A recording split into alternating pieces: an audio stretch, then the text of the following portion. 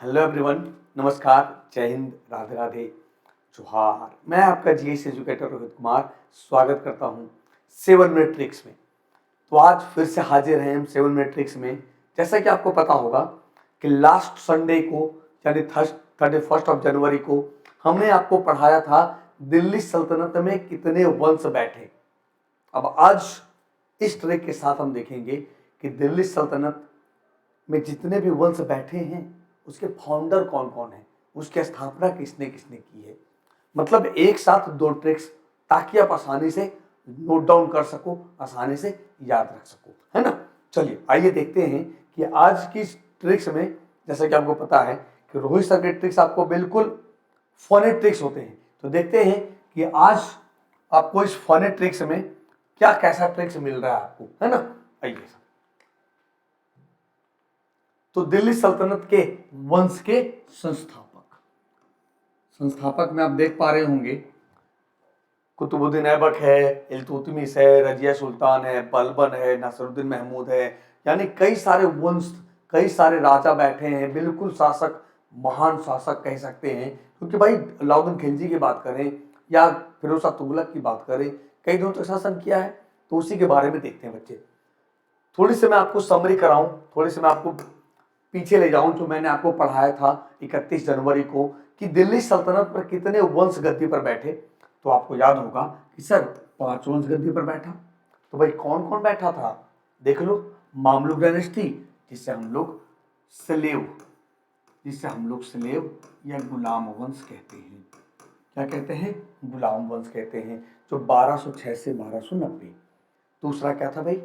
Khilji dynasty, 1290 से 1320 है। तीसरा क्या है भाई? तुगलक डायनेस्टी, 1320 से 1414 है। चौथा क्या है भाई? सैयद डायनेस्टी, 1414 से 1451 है। और पांचवा है लोधी डायनेस्टी, 1451 से 1526। 1451 से 1526 है। Got it? क्लियर है ना? 5 वंश है ना। तो 5 राजवंशों के फाउंडर कौन कौन है, ये तो जाननी जरूरी है आपको। अब हमें देखना क्या था, पिछले बार तो हमने बता दिया कि 5 वंश के, याद होगा कि ए गुल खिलतु सैलो में, क्या था ट्रिक? ए गुल खिलतु सैलो में। आज क्या है? आज है ट्रिक ए जल गया खीर बहुरे बाबा। अब देखो, आपको पता है कि मैं अपने ट्रिक्स में हमेशा बताता हूं कि जिसका कोई अर्थ नहीं है, या तो अंडरलाइन करें या स्टार लगा दें। तो सर ये ट्रिक से क्या मतलब आया? देखो, गुलाम कुतुबुद्दीन ऐबक, जलालुद्दीन जल, तुगलक का गयासुद्दीन तुगलक गया, फिर सैयद का खिजर खां खीर, फिर लोदी का बहलोल लोदी। खत्म हो गया लोदी डायनेस्टी। तो सर बाबा याद करो, ए गुल खिलतु सैलो में यानी मुगल काल। तो मुगल काल, मुगल वंश का फाउंडर कौन था? बाबर, यानी बाबा। बाबा मैं नहीं, आप बोलते हो ना रोहित सर बाबा, तो बाबा यानी बाबर। ये मजेदार ट्रिक्स। अब देखते हैं स्पेशल। देखो ये पूरी की पूरी ट्रिक बढ़िया है आपकी। अब एक चीज समझना कि सर जैसे आपने पढ़ाया था पिछले ट्रिक्स में कि सबसे ज्यादा दिनों तक शासन किसने किया था? तुगलक डायनेस्टी। कब से कब तक बच्चे? आपने देखा ही है कि जो कब से कब तक किया था? 1320 से 1414 तक। सबसे कम दिनों तक किसने किया?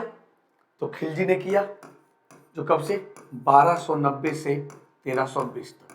तो सर ये तो डायनेस्टी की बात की, लेकिन कोई राजा भी तो होगा, शासक भी तो होगा जो लंबे समय तक शासन किया होगा पूरे दिल्ली सल्तनत में। बिल्कुल है।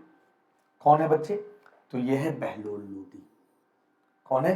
बहलोल लोदी, जो पहला अफगान शासक था। तो याद रखना, अगर सवाल आता है कि दिल्ली सल्तनत में सबसे ज्यादा दिनों तक शासन करने वाला जो शासक था वो कौन था, तो क्या कहोगे?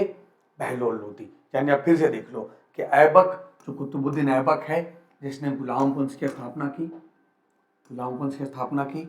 जल यानी जलालुद्दीन खिलजी है, जिसने खिलजी वंश की स्थापना की, जो सबसे कम दिनों तक शासन किया है।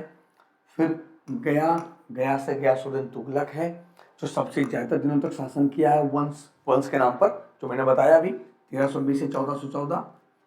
फिर खिजर खां, सैयद वंश है, और फिर बहू से बहलोल लोदी, जो सबसे ज्यादा दिनों तक शासन करता है दिल्ली सल्तनत में, और दिल्ली सल्तनत पर बैठने वाला पहला अफगान शासक, पहला अफगान शासक, पहला अफगान शासक। क्योंकि शेरशाह जब आएगा तो वो दूसरा अफगान शासक होगा, क्योंकि ये अफगानिस्तान से आया था, ये अफगानिस्तान से आया था। तो याद रहेगा बहलोल लोदी। एक चीज और समझना कि बहलोल लोदी का एक क्वाइंस है, बहलोली क्वाइंस, जो कॉपर का है, तांबा का है, पता है वो अकबर के समय तक चलता रहता है। इसीलिए कई बार आता है सवाल कि इनमें से किसका सिक्का अकबर के समय तक चलता रहा। तो क्या याद रखोगे? बहलोली क्वाइंस, बहलोल लोदी का सिक्का। इसी का कहें हम, इसी वंश का इब्राहिम लोदी लास्ट शासक है पूरे दिल्ली सल्तनत में, या फिर लोधी डायनेस्टी में, या फिर लोधी डायनेस्टी में। क्लियर है? तो उम्मीद करेंगे कि इस ट्रिक के जरिए आपने ये देखा होगा कि दिल्ली सल्तनत के फाउंडर या दिल्ली सल्तनत में राजवंश के फाउंडर कौन कौन है। ठीक है भाई, चलिए तो आज ये ट्रिक यहीं तक। मिलेंगे नेक्स्ट संडे को कुछ ऐसे ही मजेदार ट्रिक्स के साथ। अगर आप ग्रुप डी या रेलवे CBT 2 की तैयारी करते हैं, या फिर आपका CBT 1 बहुत ज़बरदस्त गया है, तो आप हमारे साथ अनअकैडमी ज्वाइन कर सकते हो, जहाँ ये ग्रुप डी का बैच है, फिर CBT 2 भी आ रहा है बच्चे। अगर आपको थ्योरी या डिटेल में पढ़ना है, जो भी MTS की वैकेंसी आई है आप भर रहे होंगे, या CGL CHSL, तो आप हमारे साथ अनअकैडमी में ज्वाइन कर सकते हो। रेफरल कोड क्या यूज करेंगे? BA10 बाबा 10। ठीक है भाई, अगर ट्रिक्स अच्छा लगा होगा तो लाइक करना, शेयर करना और कमेंट जरूर करिए। मिलते हैं कुछ ऐसे ही मजेदार ट्रिक्स के साथ, तब तक के लिए शुक्रिया।